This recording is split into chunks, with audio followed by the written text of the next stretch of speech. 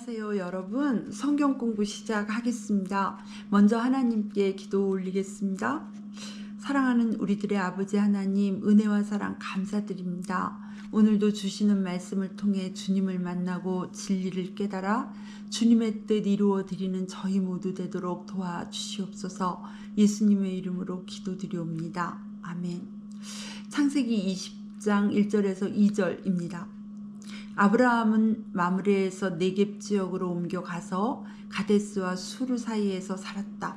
아브라함은 그랄에 잠시 머문 적이 있는데 거기에서 아브라함이 자기 아내 사라를 사람들에게 자기 누이라 소개하였으므로 그랄 왕 아비멜렉이 사람을 보내서 사라를 데려갔다. 아멘. 아브라함이 가뭄을 피해서 이집트로 내려갔다가 그곳 사람들이 두려워서 자기 아내를 자기 누이라고 속임으로써 가정이 깨어질 뻔한 위기를 맞아야 했고, 또 애굽 왕과 애굽 사람들로부터 부끄러움을 당해야 했던 때로부터 세월이 얼마나 흐른 걸까요? 아브라함은 그랄 땅에서도 또다시 아내를 누이라고 속였고, 사라는 또다시 이번에는 그랄왕 아비멜렉에게로 가야 했습니다. 아브라함은 그랄에 잠시 머문 적이 있는데 라고 성경은 기록합니다. 그랄에 잠시 머무는 동안에도 아브라함은 잠시 동안도 두려움을 이기지 못하여 또다시 이렇게 아내에게 깊은 상처를 주고 또다시 아내를 이렇게 내동댕이 치고 있습니다. 사라의 가슴은 얼마나 아팠을까요? 사라는 또다시 아비멜렉 왕 앞으로 불려가면서 또다시 얼마나 슬프고 얼마나 두려웠을까요? 믿음 없는 남편, 책임감 없는 남편, 못난 남편 때문에 힘없는 사라는 다시 이렇게 두려움과 상처를 겪고 있습니다. 믿음 없는 남편, 책임감 없는 남편, 아내야 어떻게 되든 자기만 살겠다는 이기적인 남편 때문에 사라는 이렇게 또다시 두려움과 상처, 수치와 모멸을 겪어야 했습니다. 그리고 이제 아브라함과 사라는 가정이 깨어지고 관계가 깨어지고 이렇게 평생 상처와 아픔을 아는 채 각기 다른 삶을 살아야 하는 것 외에 답이 없습니다. 사라가 이 지경이 된 것은, 아브라함 부부가 이 지경이 된 것은 믿음 없고 이기적인 아브라함 탓이었습니다. 그렇습니다. 이 상황에 대해 책임져야 할 사람은 아브라함이었습니다. 그러나 아브라함은 여전히 이런 상황을 만들기만 할 뿐 이 상황을 책임질 아무런 능력이 없습니다. 그런데 하나님께서 아브라함 대신 이 상황을 책임지시고 사라를 아비멜렉 왕으로부터 구원해 내시고 이 가정을 구원해 내셨습니다. 이어지는 말씀 3절입니다. 그런데 그날 밤에 하나님이 꿈에 아비멜렉에게 나타나셔서 말씀하셨다. 내가 이 여자를 데려왔으니 너는 곧 죽는다. 이 여자는 남편이 있는 여자다. 아멘. 이 상황에 대해 입이 10개라도 할 말이 없는 사람은 아브라함 뿐입니다. 하나님의 이 말씀을 듣고 아비멜렉은 할 말이 있습니다. 이어지는 말씀 4절에서 5절입니다. 아비멜렉은 아직 그 여인에게 가까이 하지 않았으므로 주님께 이렇게 아뢰었다. 주님께서 의로운 한 민족을 멸하시렵니까? 아브라함이 저에게 이 여인은 자기 누이라고 하지 않았습니까? 또 이 여인도 아브라함을 오라버니라고 말하지 않았습니까? 저는 깨끗한 마음으로 떳떳하게 이 일을 하였습니다. 아비멜렉의 이 말을 들으신 하나님께서 그에게 이렇게 대답하십니다. 이어지는 말씀 6절에서 7절입니다. 하나님이 꿈에 또 그에게 말씀하셨다. 그렇다. 나는 내가 깨끗한 마음으로 이렇게 한 줄을 잘 안다.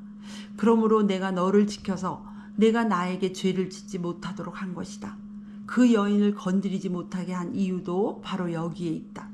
이제 그 여인을 남편에게로 돌려보내어라. 그의 남편은 예언자이므로 너에게 탈이 나지 않게 하여 달라고 기도할 것이고 너는 살 것이다.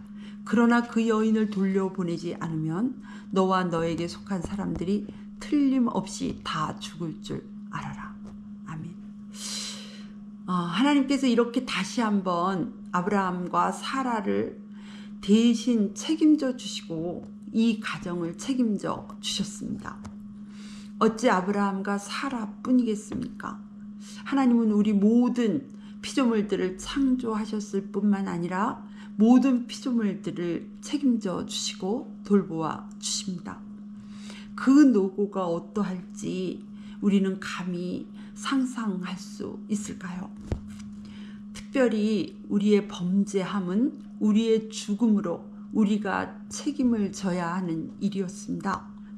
그런데 하나님께서 우리를 대신하여 우리의 범죄함을 대신 책임져 주셨습니다. 그것은 우리가 잘 알고 있듯이 당신의 하나밖에 없는 외아들을 십자가에 참혹한 죽음에 내어주시는 일이었습니다. 그렇습니다. 예수님께서 우리의 죄와 허물에 대해 당신이 책임지시고 우리 대신 죽어주셨습니다. 그 은혜와 사랑으로 우리는 죽음에서 벗어났고 영생하는 하나님의 자녀가 되었습니다. 그럼에도 우리가 우리 자신의 책임조차 다하지 않는 삶을 살아간다면 어떨까요? 우리의 믿음은 참된 것일까요? 우리 모두 우리 각자의 책임을 다해야겠습니다. 사역자로서의 책임, 또 먼저 믿는 자로서의 책임, 부모로서의 책임, 자녀로서의 책임, 또한 남편으로서의 책임, 아내로서의 책임, 직장인으로서의 책임 등등 말입니다. 한평생 살면서 우리가 져야 할 책임이 참 많이 있습니다.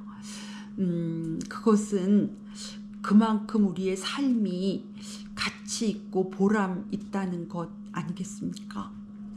주님 의지하여 버겁더라도 우리의 책임을 다하는 삶 살아가야겠습니다. 무책임한 삶은 사랑 없는 삶입니다. 그래서 무책임한 사람에게서는 반드시 그 사람으로 인해 상처받고 고통받는 사람이 있습니다. 우리 모두 책임을 다하는 삶, 나아가 대신 책임져 주는 주님 닮은 사랑의 삶 살아가야겠습니다. 이어지는 말씀 8절에서 9절입니다. 다음날 아침에 아비멜렉은 일찍 일어나서 신하들을 다 불렀다. 그들은 왕에게 일어난 일을 다 듣고서 매우 두려워하였다. 아비멜렉은 아브라함을 불러들여서 호통을 쳤다. 당신은 어찌하여 우리에게 이렇게 하였소? 내가 당신에게 무슨 잘못을 저질렀기에 나와 내 나라가 이 크나큰 죄에 빠질 뻔하게 하였느냐 말이오. 당신은 나에게 해서는 안 될 일을 한 거요. 하나님의 원대하신 꿈과 계획 속에 믿음의 조상으로 선택받은 아브라함이 이방인 왕에게 책망을 듣습니다. 그리고 아브라함은 아무 할 말이 없습니다. 하나님의 마음은 어떠셨을까요? 자식이 잘못해서 누군가에게 비난을 받고 야단을 맞을 때 그 자식을 바라보는 부모의 심정을 생각하면 우리는 하나님의 마음을 헤아려 볼 수 있습니다. 그러나 하나님의 가슴이 아무리 아프더라도 아비멜렉에게 책망을 듣고 호통을 듣는 것을 아브라함은 피할 길이 없습니다. 마태복음 5장 13절입니다. 너희는 세상의 소금이다. 소금이 짠맛을 잃으면 무엇으로 짠맛을 되찾게 하겠느냐? 짠맛을 잃은 소금은 아무데도 쓸데가 없으므로 바깥에 내버려서 사람들이 짓밟을 뿐이다. 아멘. 우리도 크리스천답게 살지 못할 때 세상 사람들에게 짓밟히는 것을 피할 수 없습니다. 나아가 우리가 크리스찬으로서의 삶을 살지 못할 때 하나님의 영광도 크게 가리게 됩니다.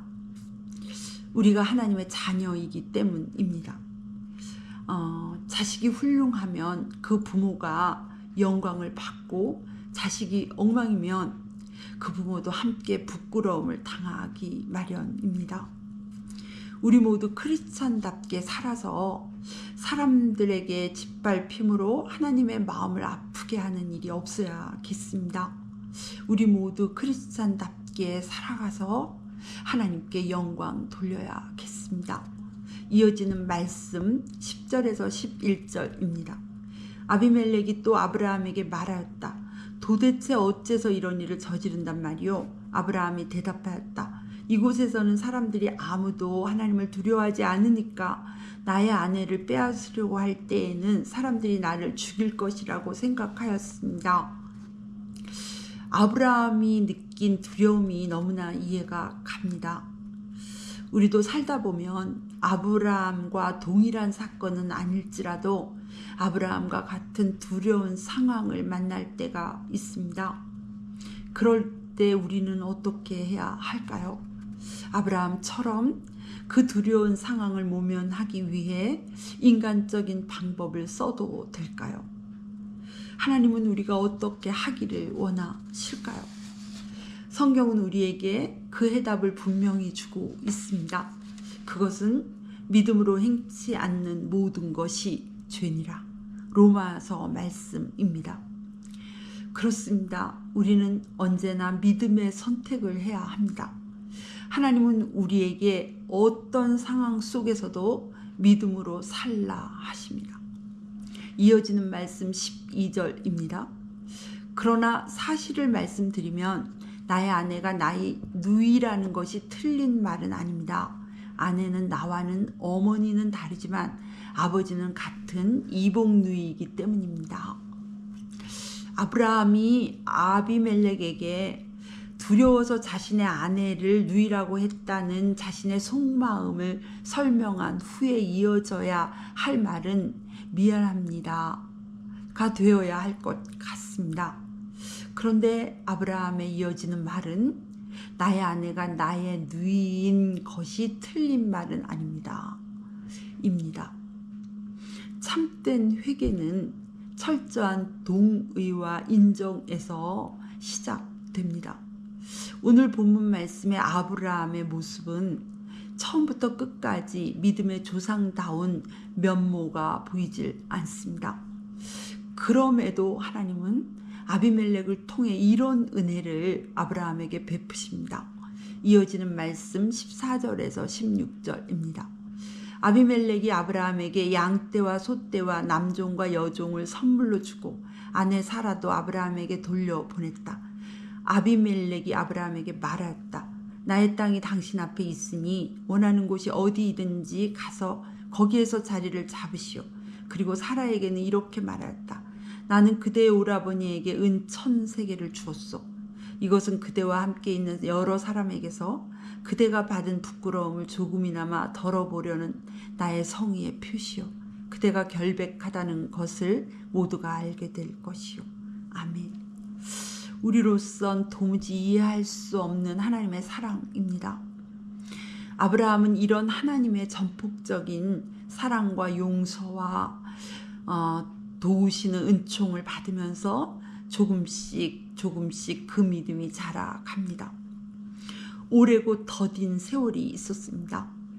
그러나 아브라함은 하나님의 계속되는 수고와 인내와 사랑과 용서를 힘입어 마침내 하나님께나 사람들 앞에서나 믿음의 조상으로 인정받기에 부끄럽지 않은 믿음의 사람으로 우뚝 서게 되었음을 우리는 성경을 통해 알 수 있습니다.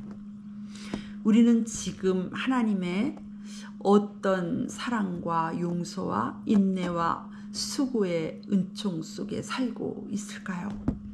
우리 또한 언젠가는 아브라함처럼 그렇게 우리를 길러주신 하나님께 보람과 기쁨을 드리는 참 믿음의 사람으로 우뚝 서야겠습니다. 아멘. 기도하시겠습니다. 사랑하는 하나님 아버지 감사드립니다. 오늘 말씀을 통해 우리의 죄에 대해 대신 책임져 주신 십자가 사랑의 깊이가 느껴지고 깨달아지는 은혜를 주옵소서. 또한 한없으신 주님의 사랑과 용서와 수고와 인내의 은총이 느껴지고 깨달아지는 은혜를 주옵소서. 그래서 마침내 우리 모두 참된 회개와 참된 믿음에 이르게 해 주옵소서. 예수님의 이름으로 기도드렸습니다. 아멘.